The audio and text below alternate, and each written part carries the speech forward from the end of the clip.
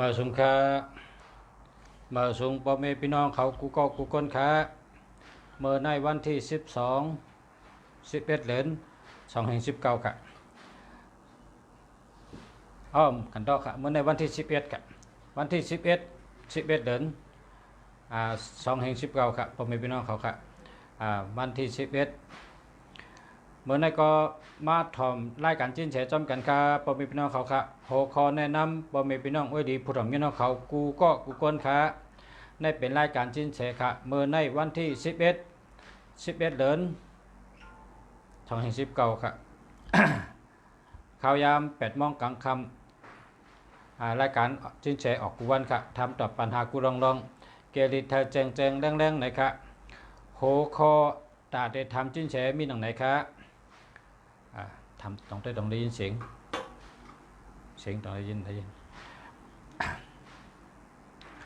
หัวข้อที่1ค่ะมือผูกเป็นวันตุสัตอีช่างหลายอันอ่ำตุกอ่ำแมนกันนะครับในข้อที่1นะครับอันจินเฉติมาลัดปันปมีพี่น้องเขาว่าเผอเกิดปีชังเผอเกิดปีชังในก็เผอห่างแหนไว้ค่ะเนาะปมีพี่น้องเขาค่ะมาชงค่าสดตั้นหรอค่ะอันตึกไทยทอดสดดูค่ะตึกไทยทอดสดดูค่ะต้วยเพชรลูกค่ะต้วยได้กันฮะ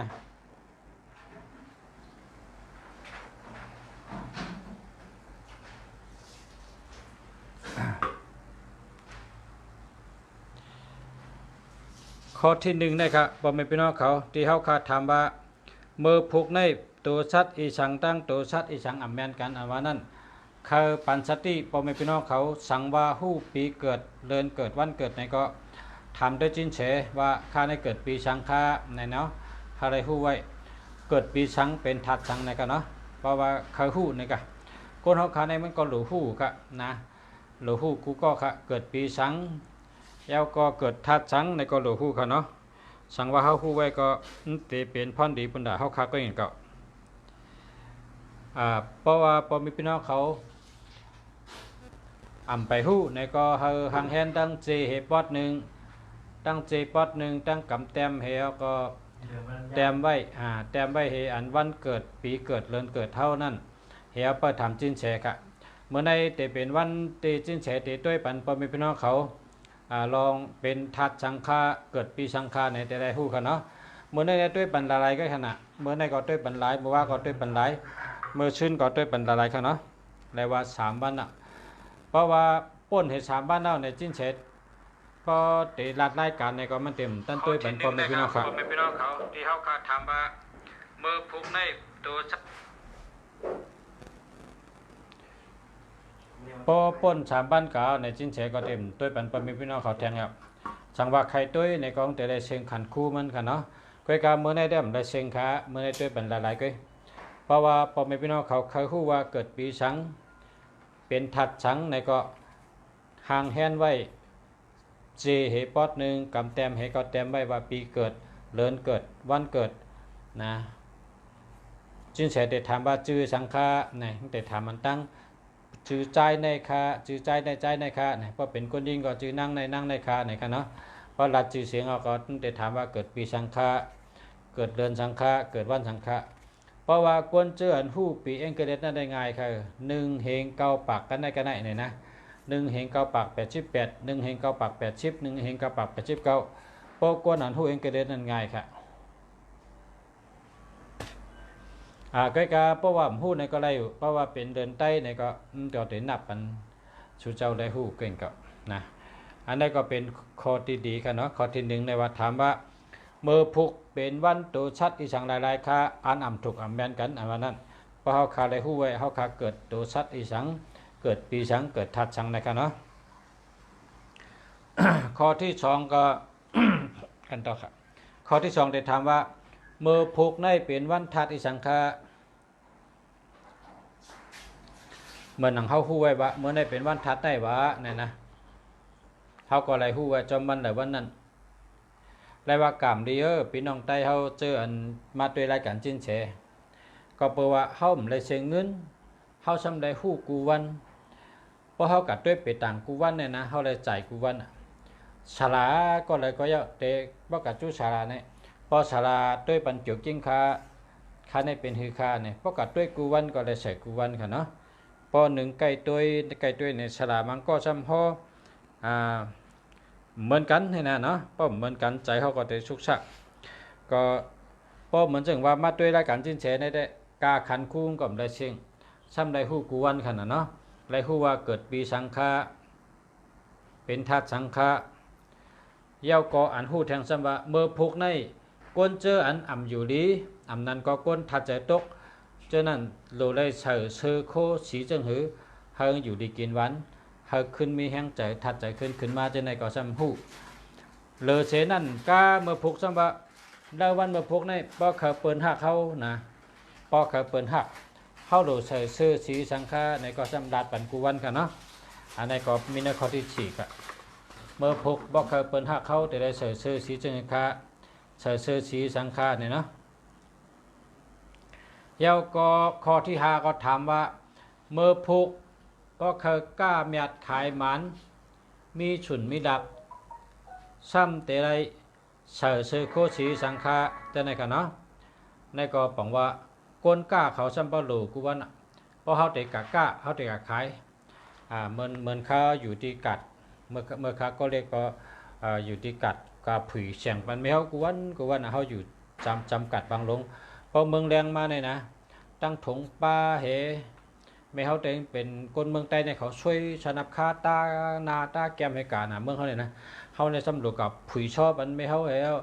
ถอกบันไม่เหวเพล้านไม่เหวจังไกมากขึ้นไม่เขาจังไกกวาดทีหลังให้เนี่ยนั่นน่ะก้นกาเนี่ยมันหลุดเปลี่ยนกูวันขาหลุดเซอร์เนี่ยนะหลุดแรกกูวันเมื่อได้ใส่เสื้อสีแดง5เมื่อได้ใส่เสื้อสีเขียว5เมื่อได้ใส่เสื้อสีของ5เนี่ยพอเขาคาใส่กันให้นั้นแกเขาก็พูดตีปองมันเนาะ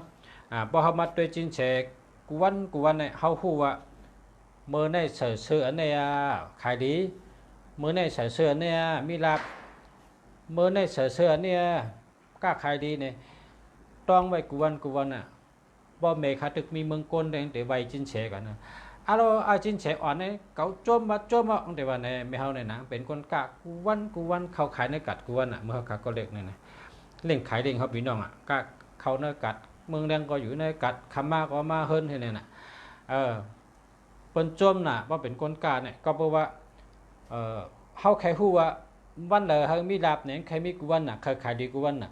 การกัดนังเปิ้นในกัดตั้งวันอ่ะป้อมมีคนซื้อเนี่ยนังปะก้นอ่ะเนาะหนังปรากฏก็กะเพราะว่ามีคนชื่อเนี่ยก็เพราะเขาจมน่ะนะเพราะกลางคำมาเขาก็นับเงินน่ะมาอ่านได้เงินเท่าน่ะเหมือนในขายได้กันได้เฮ้จมน่ะบางคนกล้าได้เหมือนนั้นเขาขายในใหญ่มาในครอบครัวคนกล้าพ่อแม่เป็นคนกล้านะขายในกัดบางลงกูวันขนาดนะตัวขายได้ในจมน่ะเมื่อป่านเขาก็เรียกในเพราะขายได้6 ปากเนี่ยเอาลูกขายดีนะวะนะขายดีนะ6 ปากเนี่ยมันชื่อกัน1 มัด4 มูเปียงเนี่ยรถเปียงในสินำหนาวะนะมือกุปอกเนี่ยพอเป็นก้นกาในเป็นจมนะเมื่อพกในใส่เสื้อโคสีสังฆาได้ขายดีในข้อที่5กันนะเพราะข้อที่6ก็จะถามว่าเมื่อพกในเขาโหลออกเขาออกเคลื่อนกว่าตั้งไรค่ะเพราะเขาเปิดหักเขานะในกรรมจินเฉยได้ว่าเพราะเขาผีสังสัตว์ก้นหักเขาเนี่ยนะอันผีสังสัตว์ก้นเขาก็หันตัวเขาว่าเขาเปิดหักเขาเนี่ยนะพอเปิดหักเขาก็จมนะว่ากลางไรก็เนาะในข้อที่6แล้วข้อที่7เนี่ยก็เข้าโหลออกคอออกขึ้นกับตั้งไรค่ะเพราะเขากล้าเมียดขายมันอันในทำไปซ้ำประวัติคนกะกะเนาะเมืองเขาในเป็นกะกะเหมือนหนังว่าลูกนำดินการนองแหลงลูกปางลงการกะลอยแหลมลูกปางลงการนำดินลูกปางลงการนองแหลงลูกปางลงกับว่ายึงเป็นกะใครกูกัดลูกปางลงกับเมืองนายลูกปางลงกับใครกัดนองวอนเห็นนะก็ก้นกะก้นขายขนาดเนาะกว่ากูวันมากูวันเพราะว่ามีจินเสร็จด้วยเป็นในเป็นจมนะครับเมื่อพกในลูกกาตั้งเลยเนี่ยนะสังว่าเอาวานทว่าเว้งเขากะบากะบ่ว่าวานปังลงเนี่ยก็พอตั้งออกเนี่ยก็เมื่อขายดอยเคนะพอตั้งตกเนี่ยขึ้นเมื่อขายปังแหลมพอตั้งห้องเนี่ยก็เมื่อขายปังหูเชนเนนพอตั้งจันเนี่ยก็ขายดอยแหลมนะเห็นเนี่ยมันมีกูไผ่ขนาดเบื้องปังลงเนี่ยวิ่งอยู่ในกลางให้ก็ก้นในขอบเมืองเขานะขอบเมืองไว้ก็เพราะฉะนั้นมันดีตุ้งดีถ่อมไว้ครับมันมีพรดีกูวันค่ะเพราะว่าเขาตั้งใจให้ถ่อมกันนะ ในข้อที่8ในแคมในข้อที่8ในก็เฮาอาเยใหญ่น่ะมันหนังว่าเมื่อพุกในถูกดีก็จะปัทมะเดเฮ็ดลองสังลาเฮาเป็นพรดีเฮาเป็นมังลาตัวค่ะถูกดีเฮ็ดลองสังคาเฮ็ดลองสังแลเป็นพรดีตัดตัวค่ะอันเป็นมังกลาแลดีตัดตัวค่ะบ้านเมื่อพุกในข้อในก็สำคัญว่าอาเยใหญ่กำไตว่าอาเยใหญ่นะแทงคองก็เป็นว่าลำลองเนี่ยกำปันเบิดลำลองเตะๆข้อนี้นะใกล้กับกำเมืองใต้ได้เป็นว่าอาเยใหญ่เนี่ยอาเยใหญ่ได้ฮู้กันหมดนะเป็นใจกำข้อนี้นะพอทางเมืองไทยสำคัญในแดงเป็นกำไทยก็นะสำคัญในกำไทยก็มันป้องกำไตเขามันเป็นอาเยใหญ่นั่นนะการในข้อที่เก่าในเขาครับถามว่าเมื่อพุกในอันอำถูกดีเฮ็ดนั้นมีสังฆาจะไหนกันเนาะเมื่อพุกในอำถูกดีเฮ็ดมีสังเย้าก็ข้อที่10ก็ได้ถามว่าปูนตานั่งยิงป้าต้องป้าสันเถเมมานเขาเช่นนั้นครับหลูไรสติวิทยานั้นมีตีหลายๆค่ะในวันเมื่อพุกเช่นในขณะเนาะก็มันก็มีพรดีอยู่กูคอกูกำค่ะสังวาเฮาค่ะไว้สติวิทยามีลองนิ่มให้ทำนะบาถ่อมลองเลยบาถ่อมลองสังก็เพราะเขามีสติก็มีพรดีอยู่ครับทันมีก็ขี้คังค่ะเหมือนเขากัดถ่อมตาลาเนี่ยเขากัดถ่อมตาลาเจ้าเสียเขาฮ้อเนี่ยเจ้าเสียเขาฮ้อก็เขาเลือกเขาล่อนมอนตาลาให้มาฮ้อปันเขาก็เลือกมาอันดีเดียแต่เขาจะได้ถ่อมเพราะเขาตั้งใจถ่อมเขาก็เลยตาลาเหมือนกันอันนี้ก็มาถ่อมตั้งหูติจินเฉเนี่ยก็เพราะเขาตั้งใจถ่อมก็ถ่อมเงาต่อไปครับมันตื่นมีค่ะจินเฉก็มันก็มีลองมีตั้งมันค่ะมีจ้องต้องไปมาเฮ็ดลองตั้งมันเลยค่ะป้อมมีจ้องมันในเฮ็ดได้เป็นว่าก้นหย่องเลยมันกำไตเขาเป็นว่าเหือมันก็อ่านดิกนั่นขนาดมันก็อ่านดิกอ่านแล้วเนอะผืนปีผืนจ้ำเหี่ยวก็มาปิ่นเป็นไตเหี่ยวก็ขึ้นรัดในปอปีน้องเขานั่นนะเพราะมันอ่านดิกไทยในกองขึ้นมาปิ่นเป็นดิกไตป้องอ่านดิกเคในกองมาปิ่นเป็นดิกไตให้ในกองปิ่นเอาเนื้อดิกเปิ้นให้ขึ้นมารัดปันปอมีปีน้องไตเขาน่ะเพราะว่ากำไตในก็มันมีผืนปีผืนจ้ำมันตั้งหลังมันนั่นอันที่เขาเลยสอนมาเลยสังเลยเตรียมไว้เลยสังเลยอ่านย่าเลยสังตั้งหูเนี่ยมันมีไว้เงาหักมันตนมันนะบนห้องสละปัทมาสละตุติยสละตาติยสละก้อ1ก้อ2ก้อ3เขาตื่นมีเป็นเช่นนั้นครับเพราะว่าพอมีพี่น้องเขาตั้งใจตั้งข้อถ่อมในก็เขาก็บนว่าได้มีพันดีอยู่กันเนาะโอเคเอาครับเพราะนั้นก็พอมีพี่น้องก็เขามาตั้งนามเขาขายย้อนเชิญพอมีพี่น้องเขาห่างแฮนไว้แต่ที่ทำจินเฉเฮาอันที่ปีเกิดปีเกิดเลินเกิดวันเกิดขนาดเตรียมไว้ห่างผังมันแล้วก็มีเจปอตึงมีกำเตรียมให้พอจินเฉรัดในสุเจ้าเตรียมไว้นะอย่าไปทำละลายอย่าไปละลายนะเพราะละลายในกำลืมเอาค่ะเพราะจินเฉว่าปีหมูในก็เตรียมกำเดียวปีหมาในก็เตรียมกำเดียวปีไก่ในก็เตรียมกำเดียวเพราะมันลาดกาวในเพราะห่ำเตรียมในมันได้ยินขึ้นเอานะเพราะมันขึ้นกับกดขึ้นทำตั้งหลังอะไรมันยินขึ้นก็เพราะฉะนั้นได้เพิ่มเมืองลาดในหลุดเตรียมไว้นะเฮาหลุดเขาหลวหู้น่ะต่อจัวชาเขานะแล้วก็คำได้เป็นคำกำลึงชุดองเจ้าปั่น3 บันกันน่ะข้าวยามเต็มมัดด้วยเป็นดาราในมี3 บันกันเมื่อชื้นเมื่อว่าเมื่อในมาคำได้เป็นคำกำลึงชุดเพราะว่าเมื่อพกเมื่อคือก่อนในเพราะมาด้วยในกองเจ้าติดด้วยเป็นแทงต่างเมียวกันมันด้วยแทงเมียวเนี่ยถามด้วยหลายๆให้ในกองเต็มไรนะก็เพราะฉะนั้นได้ช่างว่าพอมีพี่น้องเขาเคยหู้ในก็ห่างแฮนไว้น่ะเนาะห่างแฮนไว้ปีเกิดเดือนเกิดวันเกิดแต่ได้ถามชิ้นเฉค่ะแล้วก็วันหลังก็ทำอะไรอยู่ใกล้กับหลวงมาหบตัวจิ้นเฉนั่นขณะเพราะใครถามสังว่าเขาใครหู้ใครหู้แต่แน่ในก็ดอกหาจิ้นเฉนะกว่าหาที่เชียงใหม่มันอยู่เชียงใหม่ครับมันนั่งเขาขายอยู่เมืองซูเขาขายอยู่จอกเมเขาขายอยู่ตั้งย่านเขาขายอยู่ตองกี้เขาขายอยู่น้ำจางปังลงได้คาเมืองกึ่งเมืองซูเพราะเขาใครหู้ก็เขาตึงกับจุจิ้นเฉก็เลยจิ้นเฉก็เป็นเต้นะกันนั่งให้อุบมันอุบตั้งวันก็เลยนะพอเขาหั่นเจอในตั้งหลักตั้งจ๋ามันไหนเพราะหันใจเขาก็จู้ด้วยก็เลยนะความเปิ้นว่าน่ะบ่ใครหู้ลิ้นลีอ่ำลีด้วยตีเยอะกำไตว่าเพราะเขาเยอะในจ้าเนี่ยตื่นมาลิ้นดีนะลิ้นในป้องดีก็เยอะจ้ะเพราะใครหู้ลิ้นดีอ่ำลีด้วยตีเยอะเพราะใครหู้ก้นรักค่ะก้นเงือด้วยมือมันหลัดความเขาว่าชูเจ้าก็ขาดอาเก้วกะน้ำกัดมีกะหือ ตั้งกัดแขนมอกกะหือชูก็มีสติเหตุด้วยด้วยกูก็ด้วยกูคนอย่าไปลาลียุ่มยำก่อนนะกูเมียวชูเจ้าอย่าไปลาลียุ่มยำก่อนชูเจ้าต้องมีสตินะเตเฮ็ดชังเตลาดชังเตยุ่มชังให้มีสติไว้ก่อนกูก็กูคนเฮาค่ะอย่าให้ได้ยุ่มเจริญจระนะต้องมีสติพอเฮาวนว่าอันนี้เจอเต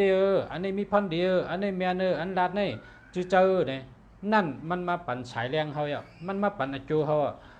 เปิ้นกำไทยในเปิ้นว่าสวรรค์ส่งมาปั่นน่ะนะกำไตเฮาก็ว่าคุณพี่คุณช้าง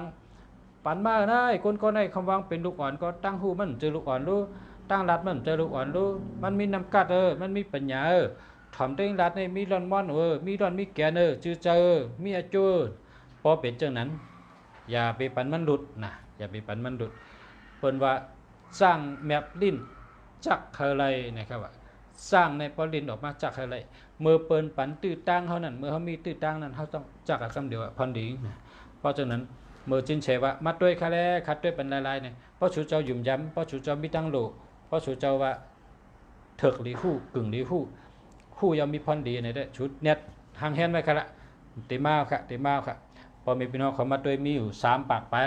ค่ะเพราะนั้นก็ผิดบังจินเฉค่ะเชิญค่ะมานั่งค่ะ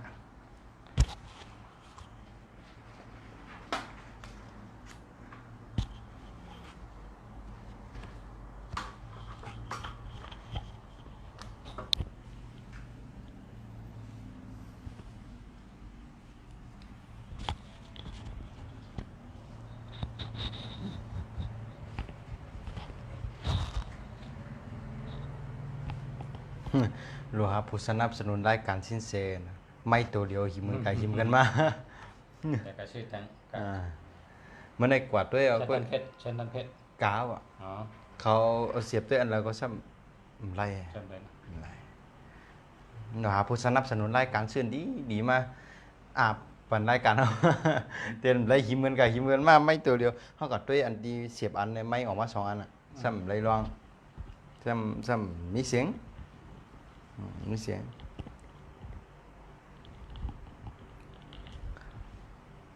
ฮะ ครับเอาอันนี้มันมี2อันนี้เหมือนกันคิดแต่อันใส่แต่อันใส่ อ๋อนั่นเนาะนั่นนะสีเขียวทัดไม่2 ตนอยู่ในอันเดียวเนี่ยเนาะไอ้หิมมันกินปุ๋ยอ่ะนะ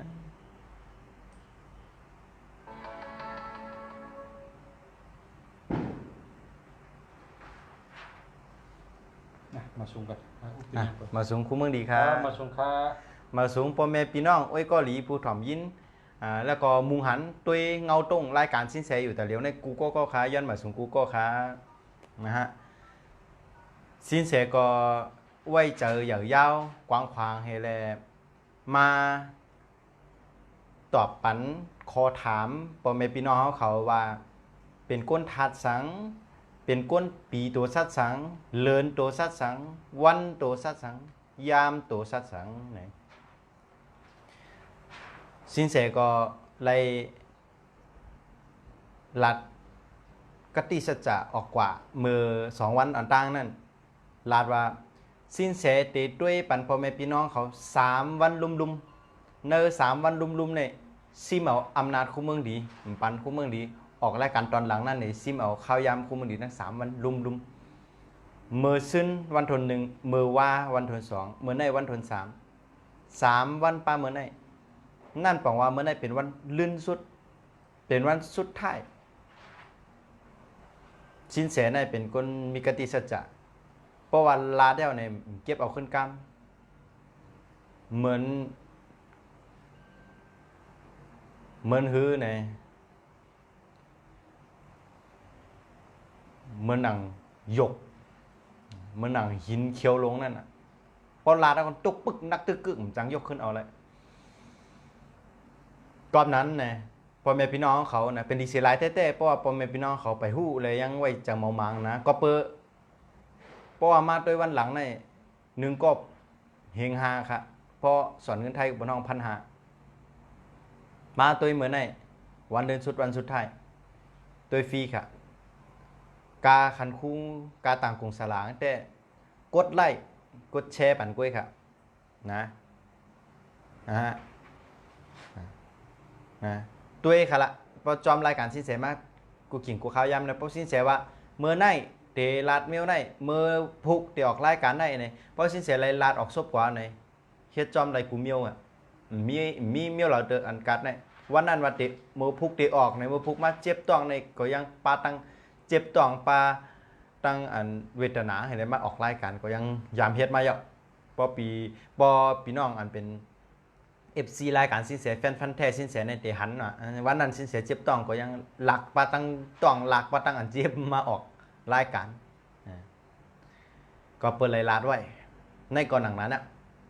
สิ่งที่เมียวที่พ่อแม่พี่น้องเขาเตเลยเตรียมนั่นปีเกิดเดือนเกิดวันเกิดข้าวยามเกิดเต็มทนเนี่ยโทรมานะหลังรายการสินแสออก10 ขอเยอะนะสินแสติลาดปันกอบสังหล่ะกอบสังได้หรือเลยลาดปันเฮอพ่อแม่พี่น้องเขาฮู้ไว้เฮาเป็นก้นทัดสังปีเลือนวันยามเฮาเป็นตัวสัดสังกอบสังเลยเฮอเลยลาดเฮอเลยฮู้ไว้กอบเปิดไว้เสียในหลายวันมุนั่นแต่สินแสติมาลาดถึงโจคิงตาปี2020ปีหน้าอันตึงติมาถึงได้ว่าในปีหน้านั้นก้นทัดสังนะเตเป็นหือก้นปีเหลือนวันยามอันเป็นตัวสัตว์สังเนื้อปีนานั้นเตเป็นหือปอหลีเมียวหือปอไล่ปอให้เจ้าหือนะครับปอหูแตบโตแจงแรงอันคอมเมนต์เข้ามาแต่สินแสมฮับครับฮับอันว่านั้นสินแสมด้วยตั้งคอมเมนต์ครับนะกอบหมายพงปันไว้เอาคันอ่ะโทรมาค่ะเลยนะกอบนั้นเมื่อว่าแต่วันทุน2ก็ก้นตัวอีเนาะ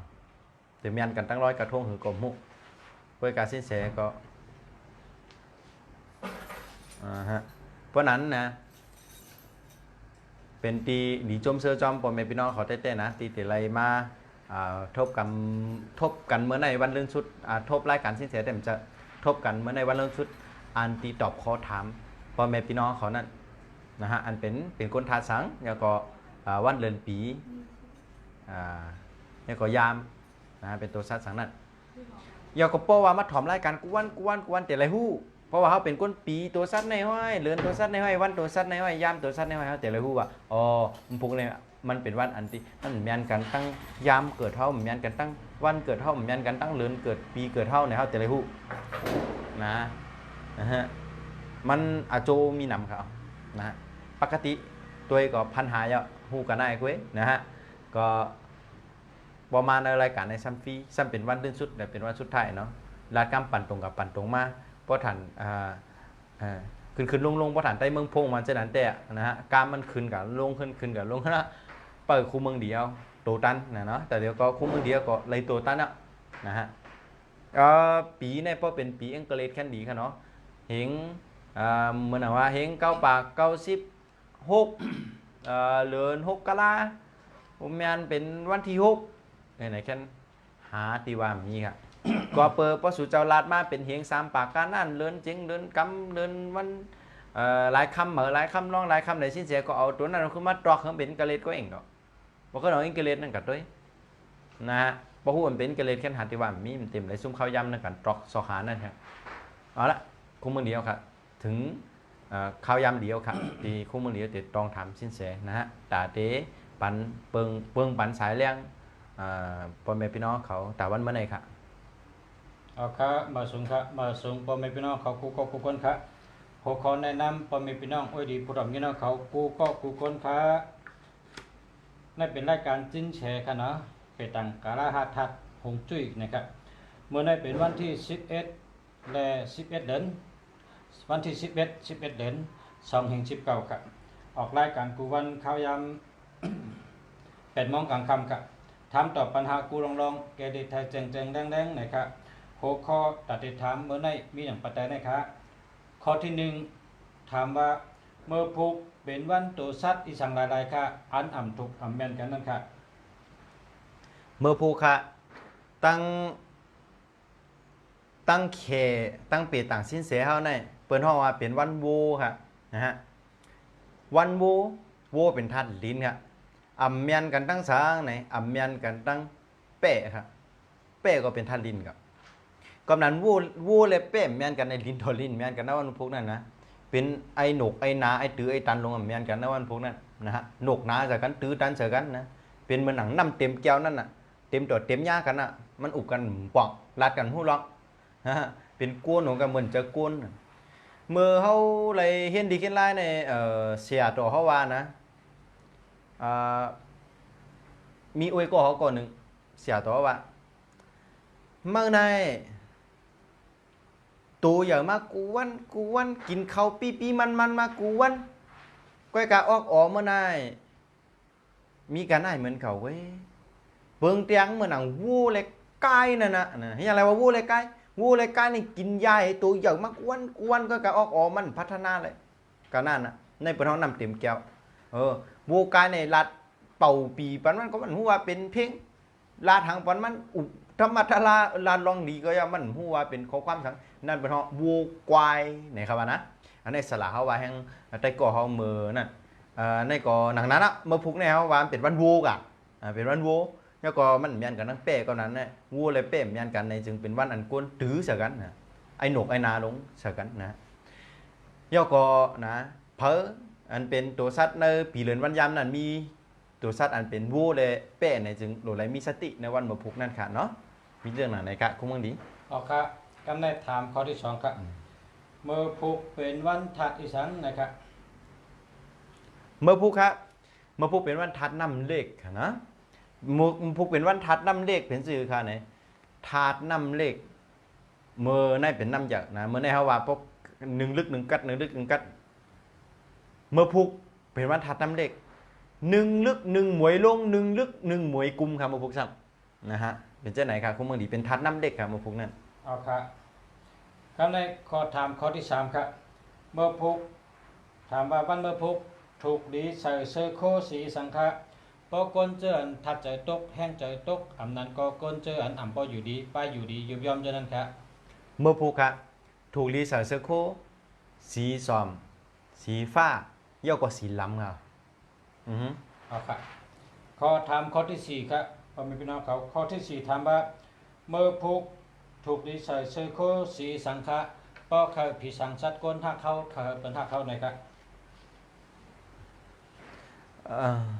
เมื่อพุกครับถูกดีใส่เสื้อโคนะฮะอันเป็นสีเขียวครับเขียวเพราะสีเขียวในเป็นเมตตาดีครับเป็นทักผมจมแป้งเขาครับข้อถามข้อที่ห้าครับถามว่าวันเมื่อพุกในถูกดีใส่เสื้อโคสีสังฆะปอเขาก้าอ่องขายมันมีสุนมีลับขายสังกอมีน้ำแมดน้ำต้นนะครับเมื่อพุกครับถูกดีใส่เสื้อโคสีเหลืองเหมือนสินแสแสงได้เนาะสีเหลืองสีกาแฟสีเนอร์สีส้มหมักจอกจำนั้นครับครับกับในข้อถามข้อที่หกครับข้อที่หกถามว่าวันเมื่อพุกถูกดีออกขึ้นก่อตั้งเลยครับป้อเขาผีสังชัดก้นหักเขาไหนครับจริงจานวันออกซื่อๆครับเมื่อพุกเนี่ยครับก่อนตั้งเจงจานวันออกครับเมตตาดีครับผีสังชัดก้นหักกับในความถามข้อที่เจ็ดครับเมื่อพุกถูกดีออกขึ้นก่อตั้งเลยครับป้อเขาก้าเมียดขายมันขายสังกอมีน้ำเมียดน้ำตู้ไหนครับเจ๋งจานซื่อๆครับเมื่อพุกเจ๋งจานครับก่อตั้งเจงจานขนาดตั้งจานซื่อตั้งจานนะจะเจ๋งก่อตั้งจานซื่อๆกะตั้งจานในก็กะขายกับยัดขายมันกะผมเป็นพี่น้องเขากำในข้อถามข้อที่8ถามว่าวันเมื่อพุกถูกดีก่อจะปัทมะตั้งเตเฮ็ดลองสังฆาให้เป็นมังกรดีได้ปันพรดีบุญตาตัวเฮาคานะครับเมื่อพุกครับปีต่างตั้งเขปีต่างตั้งสินเสเฮาในห้องว่าเมื่อพุกเป็นวันมั่วยิกวันมั่วยิกในมีตีป๋องว่าหือในการเก็บหอมตอมจู้เฮอมันปอเต็มทนนั่นบอกว่าครับเมื่อพุกเป็นวันถูกดีคุดน้ำบ่อถูกดีคุดหนองถูกดีคุดอ่างน้ำลง ถูกลีนั่งภาวนาเอาสมาธิก็ไรอ่านลิกก็ไรอ่านลิกย่อก็ถูกลีหาไว้ก็เหมือนในวันพุกอำนั้นไว้ก็เก่าผัดกันถึงกว่าเลยหากันเหมือนหนังไว้ก็เหมือนย่อก็เป็นวันดีตีติแต่งงานเมงกะลาซองกินแขกย่อก็เป็นวันดีตีติเปิดหน้าการมาจอมในเป็นวันดีทั้งสิ่ง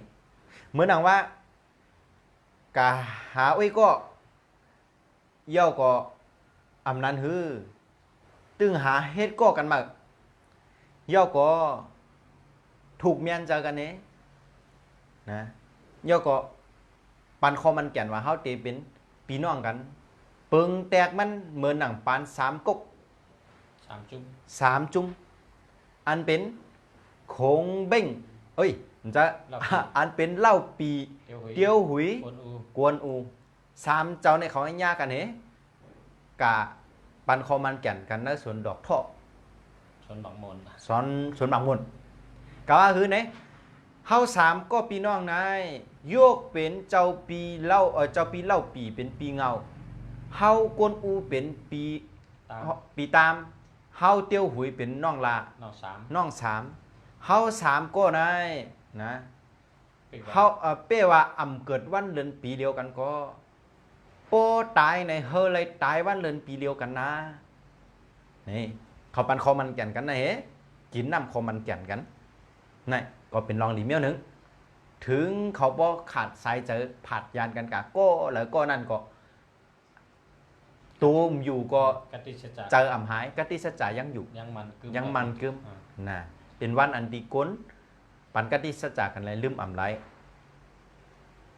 ยังบอกว่าเป็นวันตีเฮาถูกดีกว่าเลยหาปอเฮาเมเฮาพี่น้องเฮาปอเก็บเมเก็บเฮาตีบอกว่าปอเก็บเมเก็บในปอทางไทยเปิ้นว่าปอพ่อบุญธรรมแม่บุญธรรมเปิ้นว่าไหนนะย่อก็ว่าได้เป็นการเปิดปุดแฉงผุยแฉงผุยล้านเหม่อมิงกะลาซองลงคอหมายลงคอมักมันกันค่ายตีค่ายตังย่ายตีเปลี่ยนตังย่ายตีย่ายตังย่ายห้องย่ายหอย่ายเฮินย่ายห้องเจ้าย่ายหอพักอำนั้นก็ตังเจ้าตีตังสารพระพุ่มตังเขียงสังปุตนะตังหอเจ้าวานเจ้าเมืองตังหอเตียวละตังหอคุณพีคุณสังยะก็นะเป็นวันดี เฮ็ดเจ้าวันเจ้าเมือง เฮ็ดเจ้าวานเจ้าเมืองยะก็เป็นวันดีที่เตียวไววันถึงเจ้าวานเจ้าเมืองและคุณพีคุณสังเขาเจ้านะอำนั้นก็เป็นวันดีที่ออกตาออกตั้งเหกว่าก้ากว่าขายไหลมาเงินมาคำเป็นวันดีที่เตชื่อกามาชื่อรถมาชื่อสปริงมาชื่อโคมมาในวันพุกนั้นเหมือนหนังรถเหมือนหนังกาเตเฮาเตออกมาวันเลยเมื่อพุกอะกว่า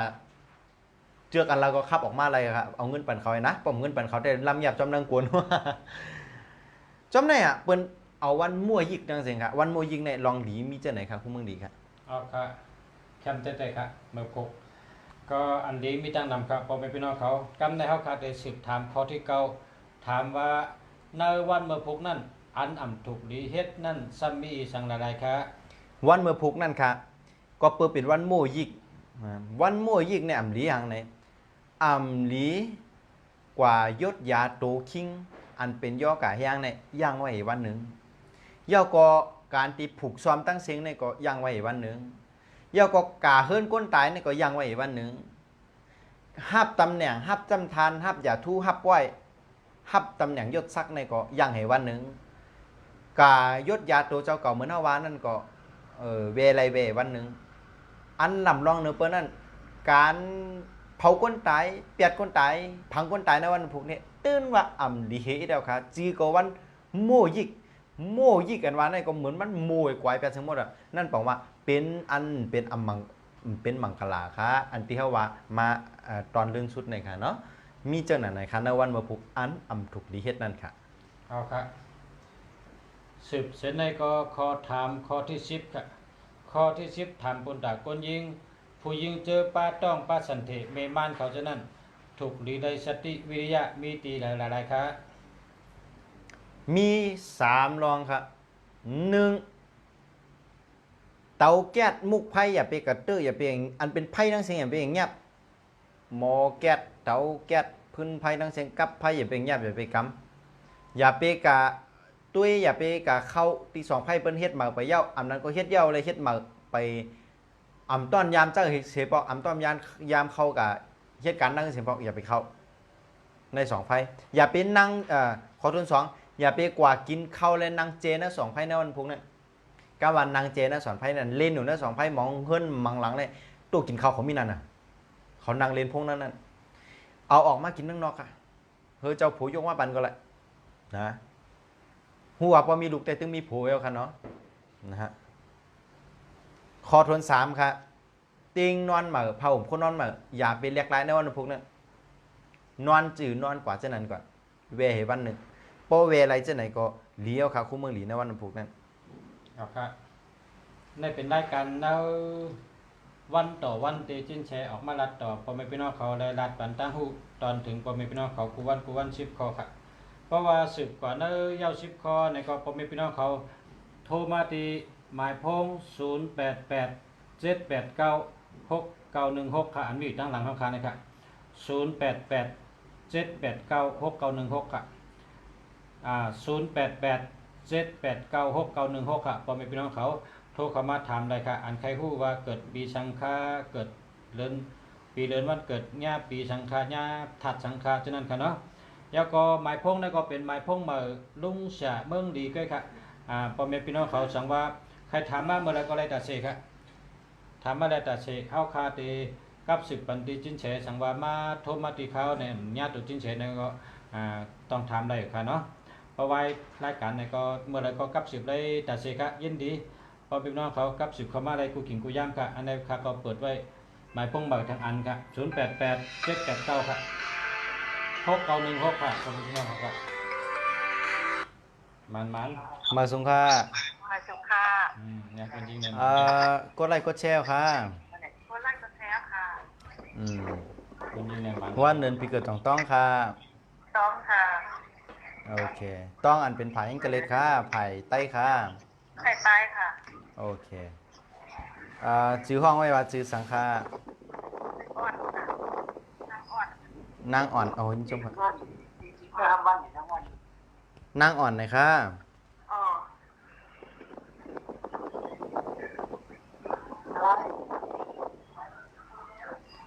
อ๋อ นางอ่อนเท่าไหร่นางอ่อน เอาค่ะ กำเขารัดแทงนางโอเคนางอ่อนเอาเกิดเฮียง3 ปากเกิดค่ะ เพลงช้ำปากช้ำชิบชี่ค่ะ เฮียง3 ปาก34เรือนสังฆา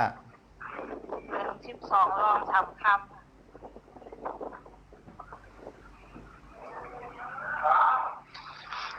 เรือน12รอง3 ค่อ๋อให้พอดูอย่าง ำเป็นวันจัดตี้ค่ะ วันปกตะคูค่ะ เกิดเมืองใต้ปอดหอง5 ปอดจาน ปดจันค่ะ จานใน พบจานเนี่ยแม่นะก็ไม่จะกินถูกพบจานเนี่ยเป็นของที่ จ่องกี้เนเจอร์ของพุ่นใต้เนาะ แต่ ก้ามขนาดนางอ่อนนางอ่อนได้เฮียง3 ปาก34คู่เรือน12รอง3 คำได้มันเป็นวันพัดเขาสิ้นเสตรอกมาในเย้านางอ่อนเฮาว่าปกตะฮู้ในตกลงว่า ประเมินต้องดี บ่แม่นต้องดีหรือว่านางอ่อนตื่นว่าเป็นอันนั้นน่ะอันสิ้นเสด้วยในเป็นปกติ6 ปากปีครับเนี่ย อ๋อ มันจะเฮียง3 ปาก34 อ๋อวันสายค่ะ เรือน12ก็มันจะค่า อ๋อ 3 คำรู้ สองคำใน2 คำเลยค่ะอันคำได้ครับต้องหลีค่ะ อันวันปกตะฮู้ในมันจะค่า อ๋อวันสายค่ะ เพราะวันปกตะฮู้มันจะในเฮาว่าแต่เป็น2 คำโยนะฮะพอเห็น3 ปาก34เรือน12รอง2 คำในจ่องเตียวเป็นวันปกตะฮู้ไหนเข้า อ๋ออ๋อใช่ค่ะ โอเค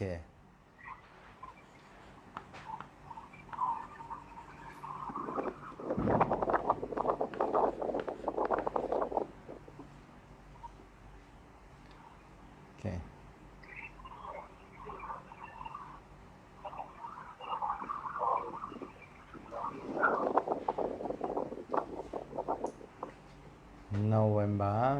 November เดือนพฤศจิกาวันที่22ทางสิวันปลายก็วันเกิดแล้วรู้เนี่ยเกิดกลางวันกลางคืนค่ะกลางนาวชีม่องค่ะวันที่22เดือนไหนนะวันเกิดอ๋อโอเคเป็นก้นถาดไฟเล็กค่ะไฟเล็กปีหนูค่ะปีหนูหนูค่ะนะปีหนูเรือนหมูค่ะเรือนหมูวันงูค่ะวันแล้วก็ยามเสือค่ะยามมีจะไหนคะมาสุงค่ะเนาะค่ะงินสุงค่ะครับมาสุงค่ะมาสุงค่ะไม่ถึงค่ะกดไลค์กดแชร์ค่ะกูเรียกค่ะวันเดือนปีเกิดต้องเต็มทนค่ะมันเกิดต้องหรอค่ะโอเควันเดือนปีเกิดค่ะนะต้องค่ะเนาะโอเคชื่อสังค่ะใจป้าค่ะ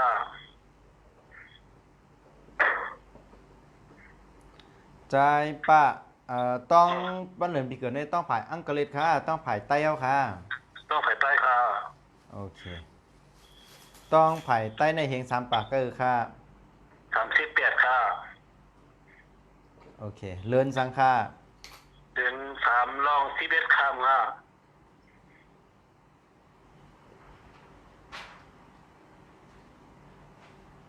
เป็นวันตะนังกันหน่วยค่ะโอเควันที่13เฟบรุรี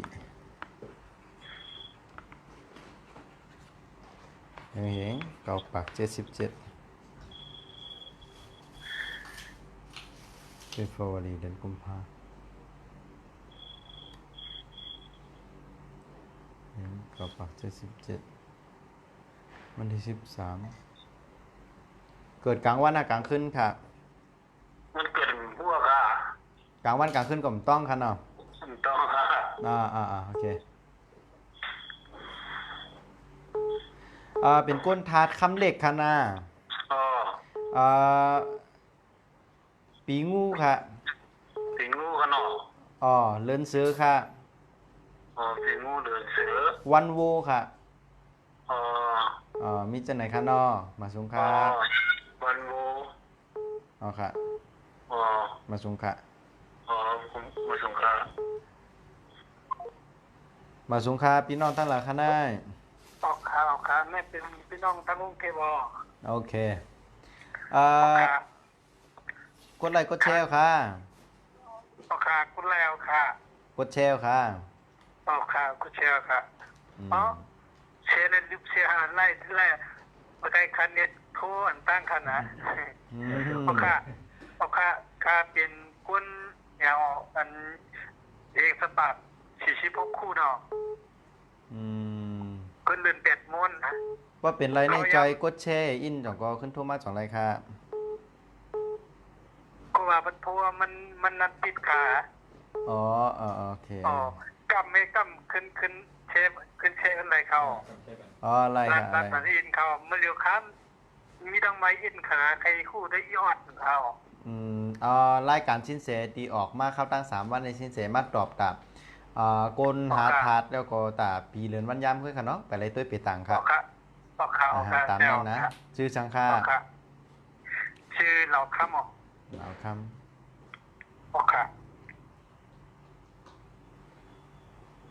เองสมัคร46คู่ค่ะนะ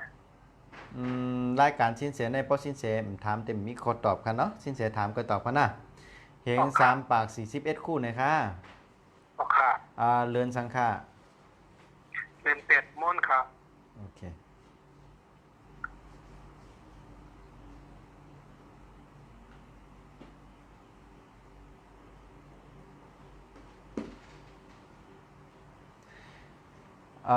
เป็นไต้ปอดหองค่ะไต้ปอดจันค่ะปอดจันในเกิดที่เลยค่ะต้นตีเลยตกค่ะเอาละพอมาด้วยในปกตินะฮะแต่เป็นก้นวันตะนั่งกันหน่วยจ้องใจค่ะ วันยังเข้าวันเจ็บตีเอา วันจัดเต โอค่ะ เจ้าปกติของตั้งเจียงตุงอ่ะ เป็นกระดิ่งของมันเนี่ยฮะของมันใจตัวถึงหมดเดียวเนี่ย ของมานเจอร์นะของมานเจอร์ถ่อมดีๆขนาด โอค่ะ เพลงซ้ำปาก41คู่เจังเฮ้อ สีโอค่ะ อ๋อ46เนาะโอเค ครับ เพราะนั้นเขาถ่อมพิษเอาขว้างมานี่ โอค่ะ โอเคเพลง3ปาก46เหลือน ครับ 8มนแม่น่ะเป็นวันจัดเต้เนาะ โอค่ะ โอเคเพลง3ปาก46คู่เหลือน8มนแม่นวันที่12จุลายเหงเกาปาก84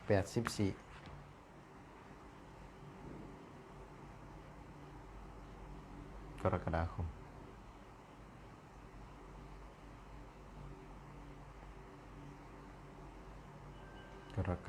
มวันที่12เกิดกลางวันกลางขึ้นค่ะ เกิดย้ำ7 โมงถึง9 โมงเนี่ยระหว่างกลางฮะ กลางวันกลาง กลางไหน ขึ้น ฮะ กลางใน กลางในฮะโอค่ะ 8 โมงครึ่งโอเคเป็นก้นทัดไฟเล็กค่ะ โอค่ะ แล้วก็ แบบไง ปีนูค่ะ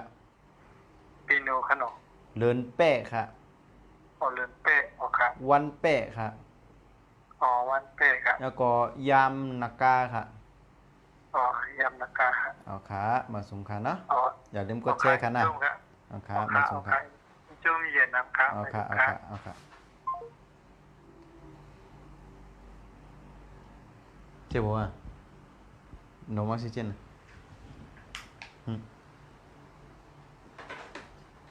จะนมเต็มเป็นนม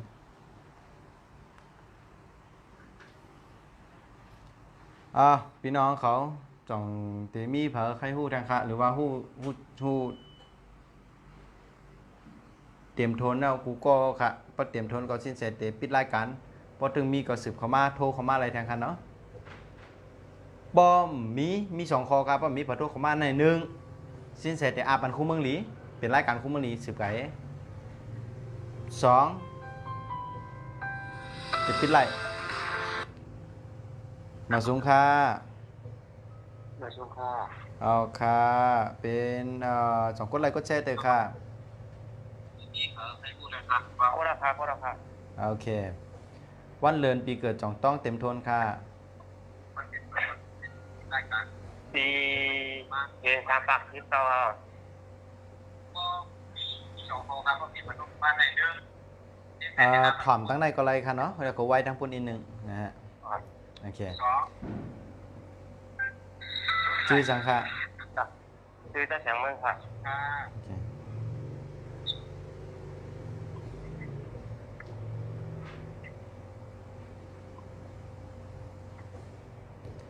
ใจเสียงมึงเอาค่ะถ่อมอยู่ครับ ต้องโอเคเพลง3ปากเกอร์ค่ะก็ เกสามปักยี่สิบเก้าค่ะ เลือนสังค่ะ เดินชิดรับต่อ เป็นวันอังคารค่ะ พอแม่นค่ะ โอเค วันที่22เซปเทมเบอร์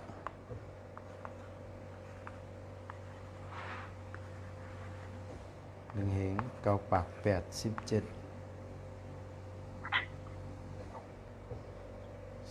เทมเบอร์เดือนกันยา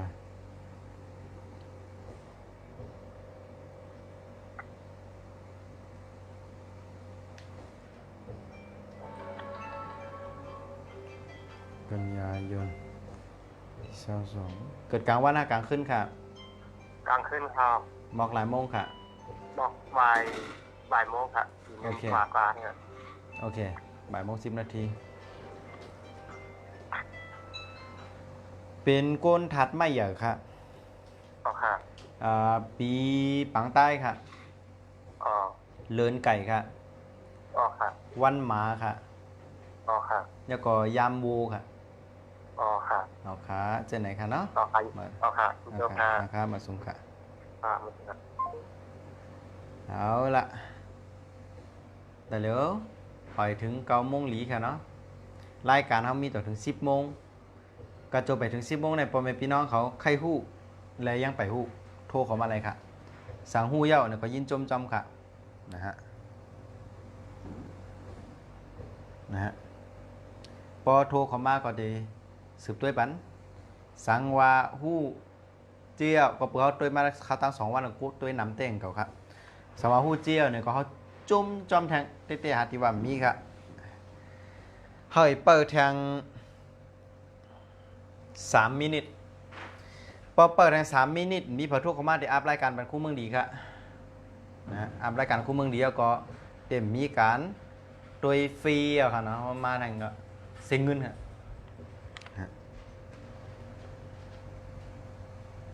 ข้าง3 นาทีค่ะนะพอมีคนโทรเข้ามาก็ติด10 กว่าเตี้ยๆพอมีคนโทรเข้ามาก็ติดอัพเป็นคู่เมืองดีคู่เมืองดีต้วยไปต่างไพ่มันพอมีพี่น้องเขาพอคึกๆอีกหนึ่งเอาละเดี๋ยวเปิดตัวถึงแทง2-3 นาทีนะแทงข้าง2 นาที18 นาทีข้าง2 นาทีนะ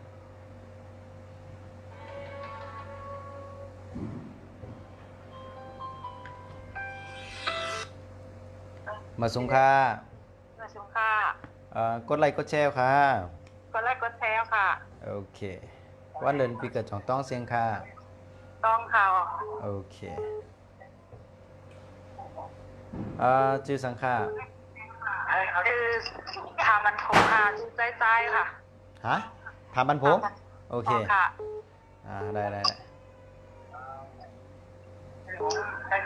ได้ใจค่ะ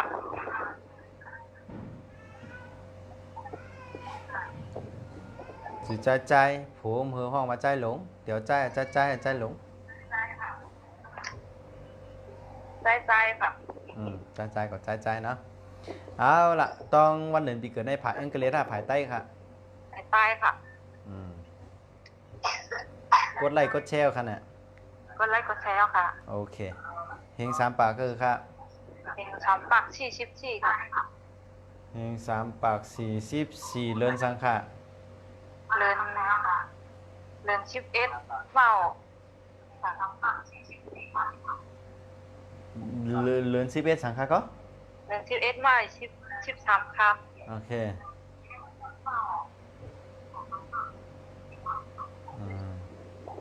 เป็นวันสนิกา เป็นวันตะนั่งลุยค่ะ เพลง3 ปาก44ในมันจะค่ะ ค่ะมาใจค่ะ เลิน11เลิน11หมัก13 คำในมันจะค่ะ ค่ะ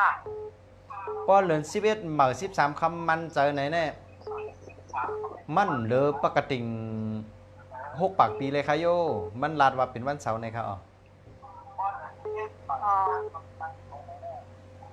หรือสิว่าคำพี่ถ้าวันพี่เดมีสองคอนั่นน่ะ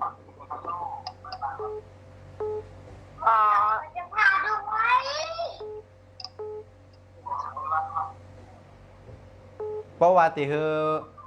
13 คำแล้วเป็นวันตะนั่งหน่วยนั่นเป็นกับอะไรครับเป็นไต้ป๊อดเหรอคะเนี่ย เป็นใต้ตั้งล่างคือค่ะ ล่างคือกับปฏิทินไต้ทั้งปุ่นกันค่ะโยเนาะ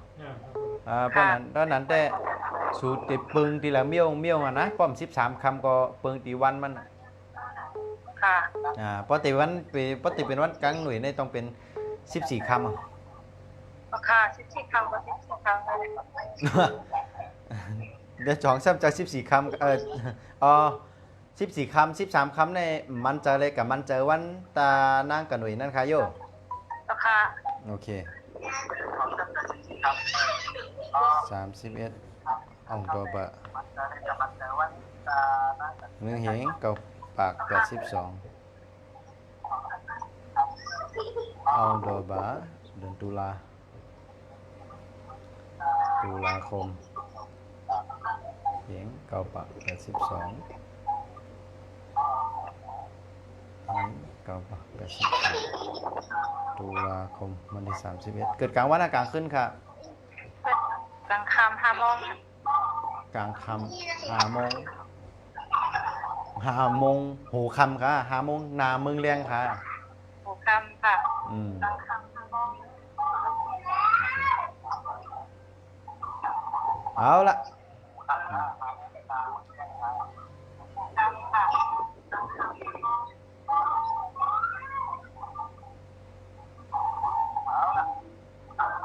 อืมใจห้องจือใจเมียวเหลียวก้อยค่ะจือต่างเมียวกับมีค่ะ อันนี้ค่ะ มีเนาะ ใต้ลงในก็ห้องค่ะ ใจลงเอาดีกว่าเนาะ ค่ะ โอเค ของ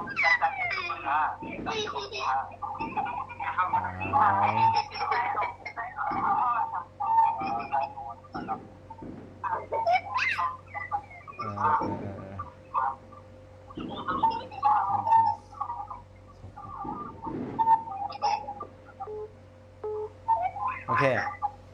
เขาเขียนไว้ว่าใจ2เนี่ยเนาะขอใจตัวเขามาน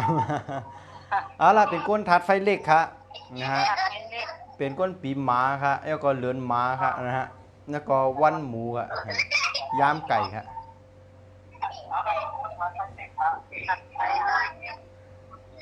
นะฮะโอเคมาสุงค่าเนาะมาสุงค่า มาถึงค่ะ โอเค หนังค่ะ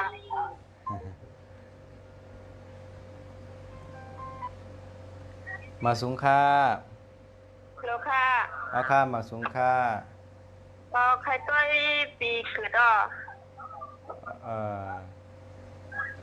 จ่องกดไลค์กดแชร์เตอค่ะ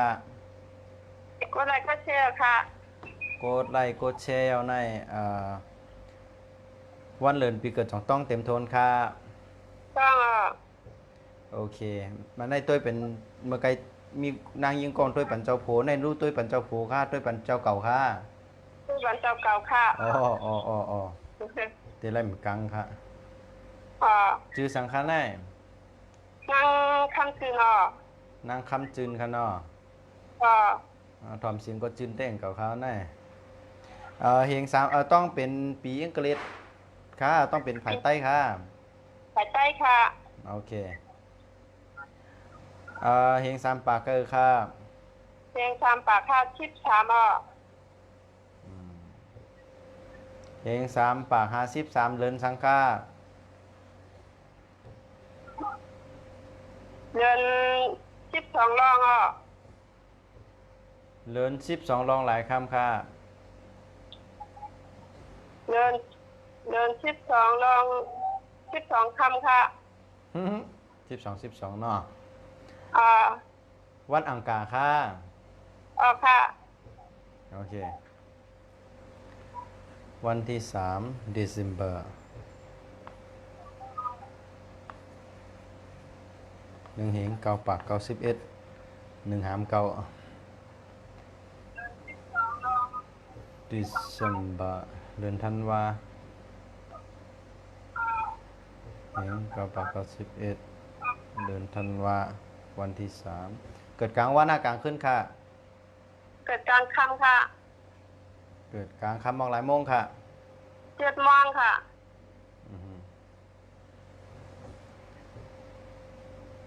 โอเค เป็นก้นถาดไฟเล็กค่ะนะ อ๋อละ ก็ปีเป้ค่ะ อ๋อ เลินหมูค่ะ พอค่ะ แล้วก็วันเป้ค่ะ พอค่ะ แล้วก็ยำหมาค่ะ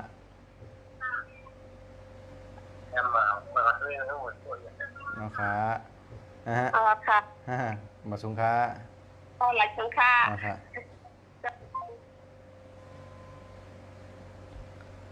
เอาละพ่อแม่พี่น้องเฮาก็เลยที่สืบโทรมาก็โทรมาแทนกันเนาะ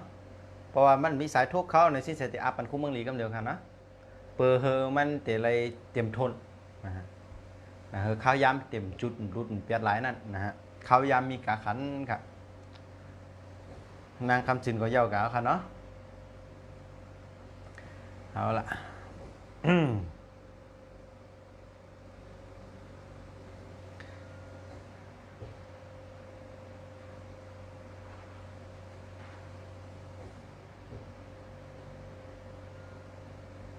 เฮาเต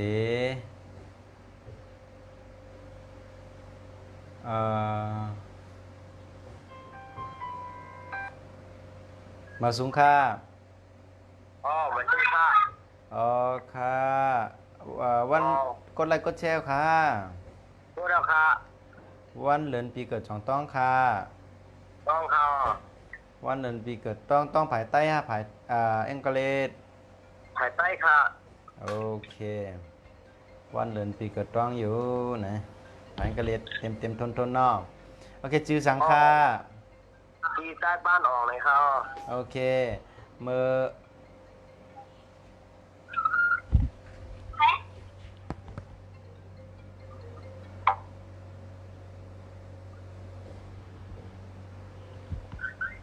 ลูกค่ะ อ๋อค่ะกำค่ะมันก็มีคนเซตเข้ามาเครื่องตีถ่ายทอดสดค่ะเนาะ อ๋อค่ะ เอาละใจปันออกนะคะเนาะ อ๋อ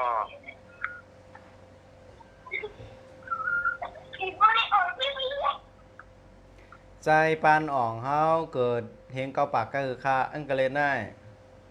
ใต้อ๋อเฮงชามปากสีที่สีค่ะ เมื่อไกลว่าต้องอังกฤษไหนดู อ๋อเป็นใต้ค่ะค่ะมันอันเป็นเฮงชามปากสีที่สีเนี่ย เอาค่ะเองสามปาก44เลินสังค่า เดินหาลองค่ะ ลองหลายคำค่ะ ลองผีคำครับอ่ะ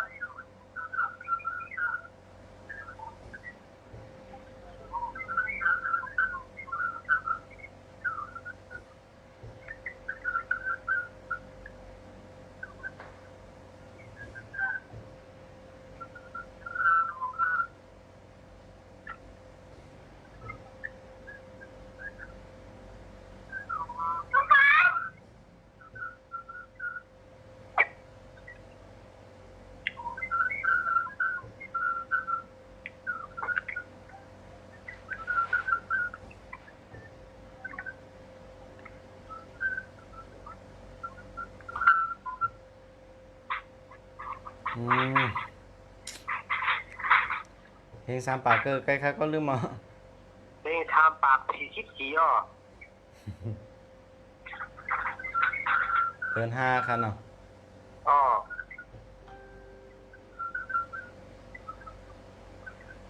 เดินห้าลองห้าคำอ่ะลองหลายคำวะ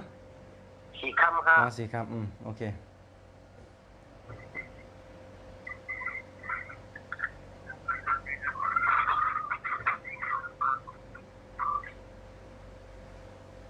เป็นวันจันทร์ค่ะตอนนั่ง วัน ล่ะ พัดอ๋อวันพัดค่ะ เป็นไต้ป๊อดเหรอคะน่ะ ใต้ดัง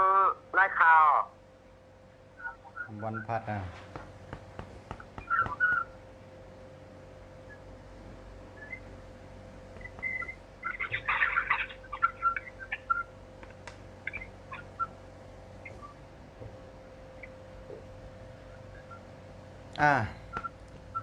ลองสี่คำเลยเป็นวันพัดในห้องหันอะไรมานั่นเลยมานค่ะลองสี่คำเลยเป็นวันพัดน่ะ อ๋อเล่นห้าลองผีคำพันกันเนาะ มันค่ะอันเป็นวันพัดนะสี่คำเลยเพิ่งเป็นวันพัดนะมันค่ะนะฮะ หันครับอ๋อกูทำเขียนหน่อยวันอังคารนี้หน่อย โหลถามตัวคนเท่าดีเขาตกลงอันใดมั่นใจอันใดมั่นใจหน่อยครับหมองก็ต้องคำพิษหมองก็ต้องวันพิษหน่อยเพราะเดี๋ยวจอมจื้อเดี๋ยวมันปิดกับอะไรเหมือนเฮาสิ้นเสก็เหมือนเกิดวันพัดเนี่ยก็เป็นวัดตั้งชื่อสิ้นเสเนี่ยก็ซาตัวซามันถึงเจอนะวันพัดอ๋อ มันเป็นไงครับเอาก็ลองกับสอบถามดีๆค่ะเนาะวันหนามาก็โทรเข้ามาถามเลยครับ อ๋อครับครับ สงค้าคว้างปันอินคำใจหือเนาะ อ๋อคำเนี่ยครับ ใครตัวเป็นเต้ค่ะปียก็ในก็กำใจหือเนาะวันเดือนปีเกิดมันกับพลาดอะไรลิ้นเนี่ยนะเอาละ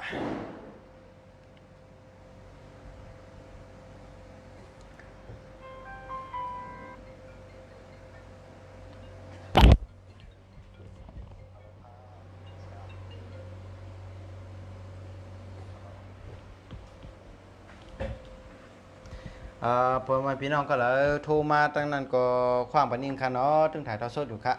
นะฮะ อ เอาละมาสุงค่า พ่อข้ามาชุมค่าก ดไลค์กดแชร์ค่ะ อ๋อกดแชร์ที่เบอร์กดจ่าตาออกข้าวอ่ะ อ๋อแคมเต้ค่ะเอ่อจ่องต้องวันเดือนปีเกิดเต็มทนค่ะ อ๋อต้องค่ะปีเกิดเนาะเมื่อปีเองตามปากตามที่ไปเกาคู่ค่ะ ชื่อสังค่า คือปีอ่องค่ะ ปีอ่อง อ๋อค่ะ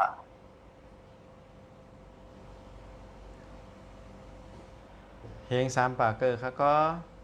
เพียงตามปากตามที่ไปเกาคู่ค่ะปีได้ค่ะอ๋อ โอเคเลินสังค่า เดือน11ใหม่5ค่ำค่ะ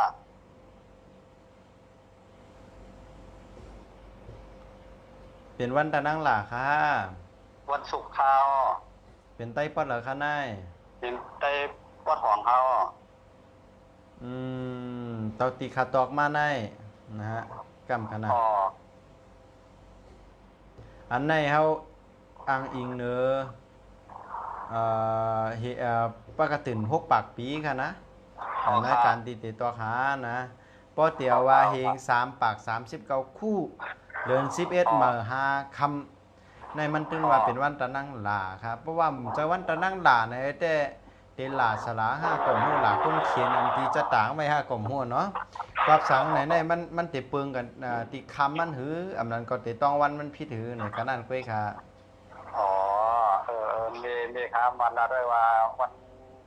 เดือนเช่นไหนหากทำให้มาวันศพหยาดให้เขาอ่ะ เลิน11มื้อ5คำสมาเป็นวันพฤกษา อ๋อ พอเดี๋ยวจะไหนมามักมันแต่สิ้นเสก็ด้วยปัญหามันก็ อ๋อ มันจำเหมือนหนังตีไรลาดมันนั่นเนาะมันขึ้นมาแต่เป็นวันจันทร์นั่นแหละลองกับจ้ามกับด้วยทัดสางขึ้นดีๆด้วยค่ะลูกเพราะว่ามันจืดก็โทรมาขึ้นทางคารานาใช่ค่ะอันหนาเต้ค่ะมาสิ เอา ค ครั รั บบ เลี้ยงค่ะ เอา อะไร ค่ะ ครั เอา บ ค่ะมาทางโกงเอาค่ะเนาะปีออกเขาก็วันเดือนปีเกิดก็ต้องได้ต้องอยู่ในครับว่าค่อยการตอกออกมาปกติ6 ปากปีในซ้ำกะลัดกะโลค่ะเนาะนะฮะคนเทาจางเขียนพิษก็เป็นกะไรคนหนุ่มจางลาดพิษก็เป็นกะไรเหมือนกันนะฮะ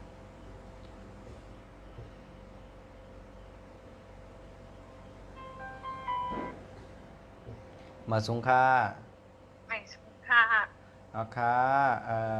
ด้วยผันเดินเอาวันปีมะนาเฮง3 ปาก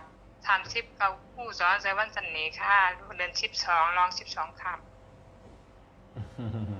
มาไว้น่ะเนาะสินเสียถอมป้อมตั้นค่ะกดไลค์กดแชร์ค่ะ กดเคสกดอะไรก็เซลค่ะ โอเคมันมีนางยิงโทรมาทางนำมันก็ด้วยปันเจ้าผัวมันก็ด้วยปันเผาก้อยๆกับมูอันไหนรู้ด้วยปันเจ้าผัวด้วยปันเจ้าตัว ด้วยวันดูเก่าค่ะ อ๋อชื่อสังค่า ซื้อนั่งหนูค่ะ นางนุค่ะเนาะปีนูเฮาค่ะเนาะโอเค อ๋อ ต้องปีภายใต้ค่ะเนาะ อ๋อ เพลงสามปากเกอร์ค่ะ เฮง3 ปาก39เลินสังค่า เดือนวันที่สังคาเอ้ย ลองหลายคำมาหลายคำค่ะ 12ร่วนถิ่มทองค่ะ เลาะ เดือน12ลอง12คำค่ะ โอเค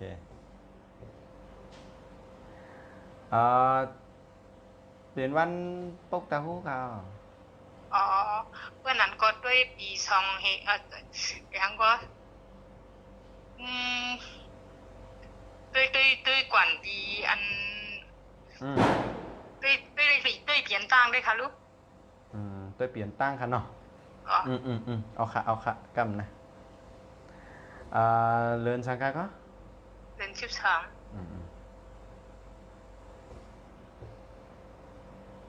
ลอง12คำอ่ะ อ๋อค่ะ โอเคก็ยังเป็นปกตาหูค่ะอ้อ อ๋อเปลี่ยนปัตตาเปลี่ยนตั้งก็เปลี่ยนปัตตาหูปีไปปีเก่าเนี่ยก็ปัตตาหูปีเปลี่ยนก็ปัตตาหูอะมัน ใช่ค่ะอ้อใช่ค่ะ อ๋อวันนั้นได้พี่ดาวคาวันนั้นคาได้ อ๋อใช่ค่ะอ้อ ต้องคาในก็ บ่มีแต่มีค่ะก็ยินว่าพี่นางเขาได้ลาดว่าค่ะเป็นวันเสาร์นี่ครับ อืมเนาะ ก็ได้สนจะมันมี2 ปีในคำพ้องมาค่ะเป็นปีอันตั้งเนี่ยว่าคำพ้องมาค่ะเป็นปีภายหลังเนี่ยว่าในค่ะก็ต้องได้ทั้ง2 ปีเนี่ย ตัวสัก2 ปีก็เป็นวันเดียวเนาะ อ๋อวันตะกะหูหนังกันค่ะเนาะ ออกค่ะ อ๋อค่ะตัวมาค่ะ ออก ไม่ ค่ะ สุขค่ะ 3ก็เฮ็ดเรามาสุงค่ะมาสุงค่ะ3ก็ค่ะอันปันวันเดือนปีเกิดมาแล้ว ผ้าอะไรดินค่ะเนาะ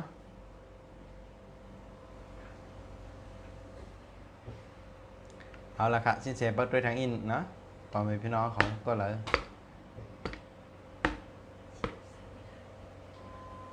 สินเสเดป้าทางอินค่ะเนาะคู่มือดีที่เอาสมบัติที่มา เขาดึกด้วยทางอินนะป้าด้วยทางอินอ่ำป้าใครยกมีขอโทษมาโอ้มีอยู่มาสงค่า สงครามนั่นสิแต่ป้าก็เป็นเหมือนมีทอ เอ่ใจป้าใครตัวแบบนี้ค่ะเนาะ อ๋อ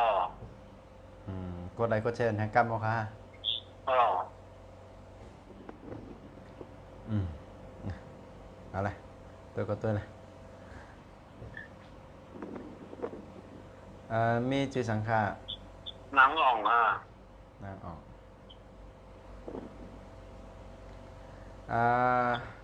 เพียง3 ปากเกอร์ค่ะ เองทำปรับ34ค่ะ เพียง3 ปาก34เรือนสังฆา เดิน11ลอง14คำค่ะ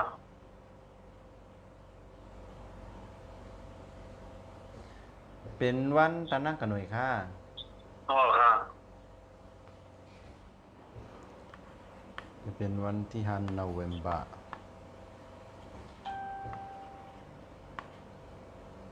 นี่เห็น9 ปาก72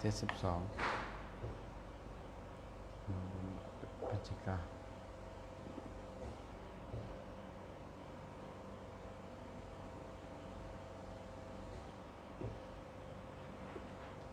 เกิดกลางวันอากลางขึ้นค่ะ หมูค่ะ อ๋อ เกิดว่าเกิดย่ามอันหูเนาะ โอเค ยำหมูค่ะ โอเค เป็นก้นถาดคำใหญ่ค่ะ คำใหญ่ค่ะเนาะ ยาก็เป็นก้นถาดเป็นก้นปีนูค่ะ ปีหนูค่ะเนาะ เลินม้าค่ะ เดินม้า อ๋อค่ะ วันหนูค่ะ วันหนู อ๋อค่ะ อ๋อ เจ้านั้นค่ะเนาะมาสุงค่ะ บางจังหวะ ค่ะ มาสุงค่ะ ครับ เต็มโทรแล้วค่ะโยพี่น้องเขา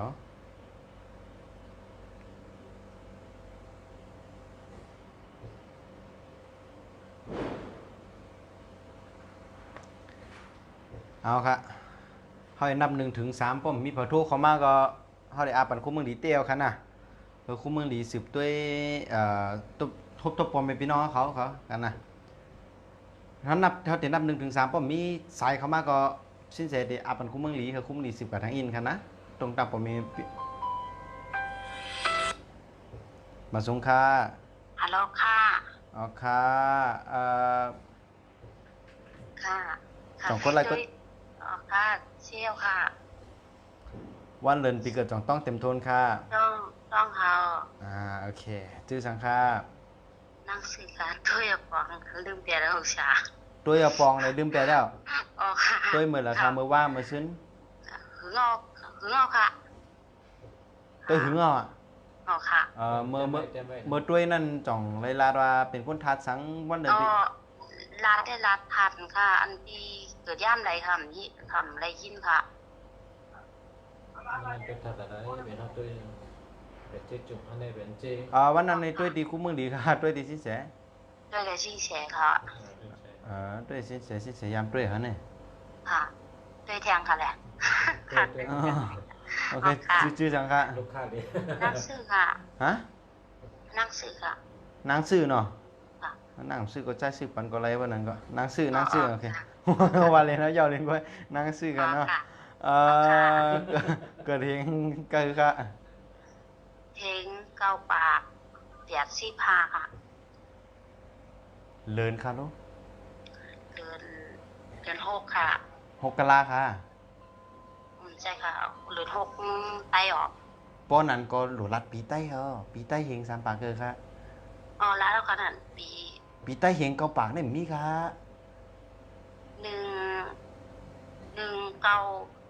แปดห้านั่นขนาด 1985นั่นปียังกะเล็ดเขานั่น อ๋อค่ะต้องปีไตค่ะค่ะต้องปีนั่นเลยค่ะ อ๋อ หมายไว้ในเรามาถอดถิ่นย้ำนั่นค่ะ โอ้เนาะ ค่ะ จำป้อนนั้นก็ อ๋อค่ะ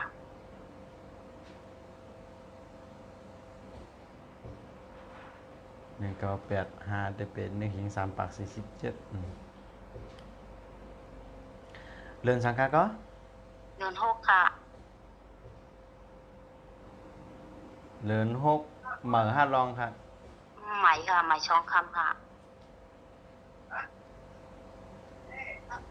เป็นวันเสน่ห์ค่ะ อ๋อค่ะวันจันทร์นี้ค่ะ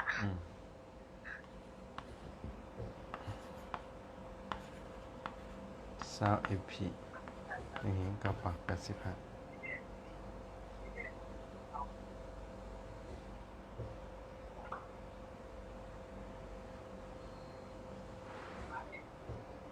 เกิดกลางวันและกลางคืนครับ เกิดหกคำ6 โมงค่ะ เป็นคนทัดลิ้นเล็กครับ อ๋อค่ะ แล้วก็ปีโวครับ ค่ะ ยามนากาครับ เรือนนากาครับ อ๋อค่ะ วันวูครับ อ๋อค่ะ แล้วก็ยามไก่ครับ อ๋อค่ะ น้องค้าเจริญครับเนาะ อ๋อค่ะ น้องค้ามาสุค้า อ๋อค่ะ เอาละสินเสตินับ1ถึง3นะครับนะเพราะว่าสินเสนับ1ถึง3สินเสยกรายการบรรคุเมืองดีครับเนาะเพราะมีผลโทษเข้ามาในขิงที่เฮานับในเขาครับเนาะ1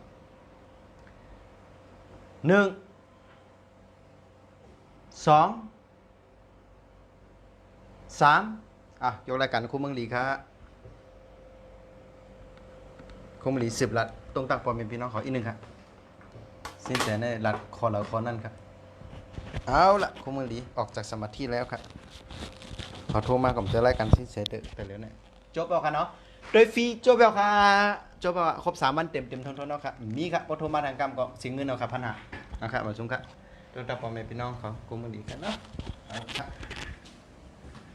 หมดแล้วครับโปรโมชั่น3 วัน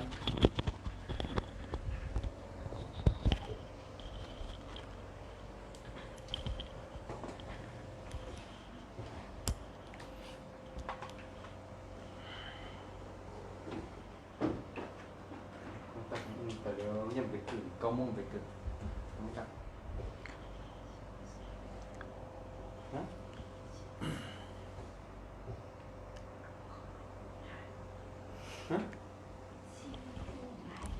ชิมเปล่า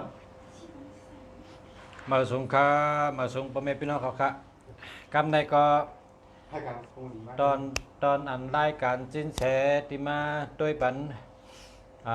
ทัดเกิดปีเกิดทัดจังในก็เย้ากาค่ะเนาะก็ตึกเจ้าก็มองไปอินก็ย่ำไปถึงก็มองครึ่งก็พอมีพี่น้องเขาเคยรัดดอกเขาชาคุเมืองดีก็ถามเขามาค่ะหนังกาใครถาม ชิมจังนะ ใครถามเจ้าจังหือก็ถามเขามาค่ะเนาะใครโทรเขามาก็อะไรอันนั้นก็ใครเตรียมเขามาก็อะไรค่ะโทรเขามาดีครับเนาะแต่ได้ยินเสียงกันแต่ได้รัดต่อกันโทรเขามาค่ะ ชุดนั้นเนี่ยโอเคให้หูทั้ง อันนี้หมุนติ้วๆให้นั้นล่างให้ไวๆด้วยมันมีที่ล่างนะพอมีพี่น้องเขาค่ะถามเขามาเลยค่ะด้วยเป็นก็ในก็แล้วนะที่ถามเขามาเนี่ยนะ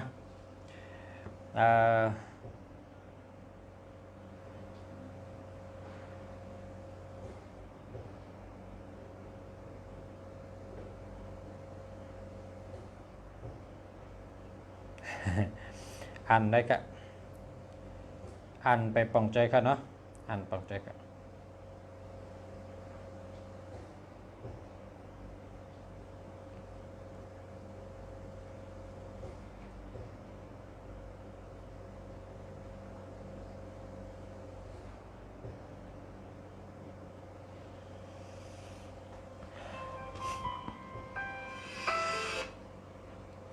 มาสงขลา ไม่จงค่า ถามได้ถามได้ลองหังคะ อันข้าถามด้วยข้าเป็นข้าท่านผู้ว่าปีเกิดข้าเมืองไทยเด็ดตรงกับวันที่การเดินทางเมืองไทยอะไรไรขนาด อ๋อพอถามเช่นนั้นได้บ่ได้ค่ะพอฉ่ำมิจฉาอุ้งเขากันเลยมัน เพราะ ต้อง ว่าเรา ตัว เมืองไทยด้วยนะ เอาค่ะ เราก็อยู่ดีกินวันฮะ เอาค่ะอยู่ดีค่ะ อันนี้น้องฟอนเนาะ เอาค่ะมาสงขลามาสงขลามาสงขลา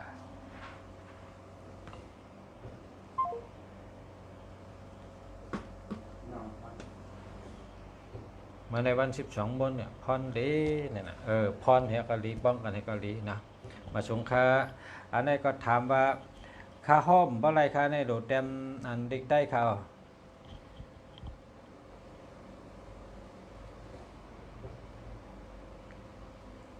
มาสงขลาค่าฮอลแลนด์มาสงขลาในแกเพราะว่าแค่ทำด้วยไม้พงริมดีในว่าเต็มก็มาค่ะเนาะเมื่อแล้วก็มีข้าวย่ำหมูเมื่อได้ปอตั้งเมืองไทยได้เปิ่นกว่า100 กระทงค่ะเปิ่นห้อง100 กระทงใหญ่ปอกว่าที่กัดเมืองเหมอค่ะกว่าที่กัดเมืองเหมอก็กว่าที่ผังน้ำปิ้งค่ะนะเปิ่นก็ชื่อหมอกแล้วก็ลองนั่นน้ำปิ้งค่ะมันเป็นทุ่งจำเมืองยนต์ค่ะทุ่งจำเมืองยนต์เมืองยนต์ที่เชียงใหม่ในเขาเฮ็ดกูปีเขาเพราะว่าถึงเลิน12 มนในเขาเตเฮ็ดกอกหมอกเทแก๊สต้นกล้วยในเป็นมนให้กันนะแล้วก็เขาเอากะลองน้ำกะลองน้ำให้เขาว่ากำยนต์เขาเรียกว่ากำไตเมืองยนต์เนี่ยนะกำไตยนต์เนี่ยเป็นว่า100 กระทงนะครับเพราะว่ากำไตเขาก็แค่ว่าแต่ร้อยข้อนะครับ100 ข้อเพราะว่าเกี่ยวโป้เกี่ยวอ้วนก็เป็นข้อตั้งเสียงนั่นกันของมันเป็นเดิน12 มนเอาฮะน่ะเดินเสียงเอาครับดูเพราะเดิน12 มนยาวในกว่าเดิน12 ลองเพราะเดิน12 ยาวแต่กว่าเดินเสียงบ่ายวันแต่เป็น1 เดือนเอาค่ะน่ะแต่กับปีใหม่อ่ะว่าปีใหม่กำพะว่าปีใหม่ไต้นะมันแต่มีว่าปีใหม่ไต้ปีใหม่ไทยให้ในกว่าติ๊กเพราะว่าเดิน3ในซ้ำกับเป็นปีใหม่เคเพราะเดิน5สร้างจันทร์ซ้ำเป็นปีใหม่บ้านให้ไหนได้เป็นปีใหม่กับติ๊กก็ในเดือน12ในแต่ตีเมืองยนต์ในแต่เขาเอาก๊อกหมอกเอาต้นกล้วยในเฮ็ดก๊อกหมอกเขาแล้วก็เอาหมอกเน็บมีเตียนหอม3 ต้น 5 ต้นมีเพียงแต่ง1 ต้นก็ไร2 ต้นก็ไรเอาเน็บใส่แล้วก็เขากัดไตแล้วก็ลองน้ำแทงอธิป๋องแทงมิ้วได้เขาว่ากันต้อเมน้ำในก็ว่าครับ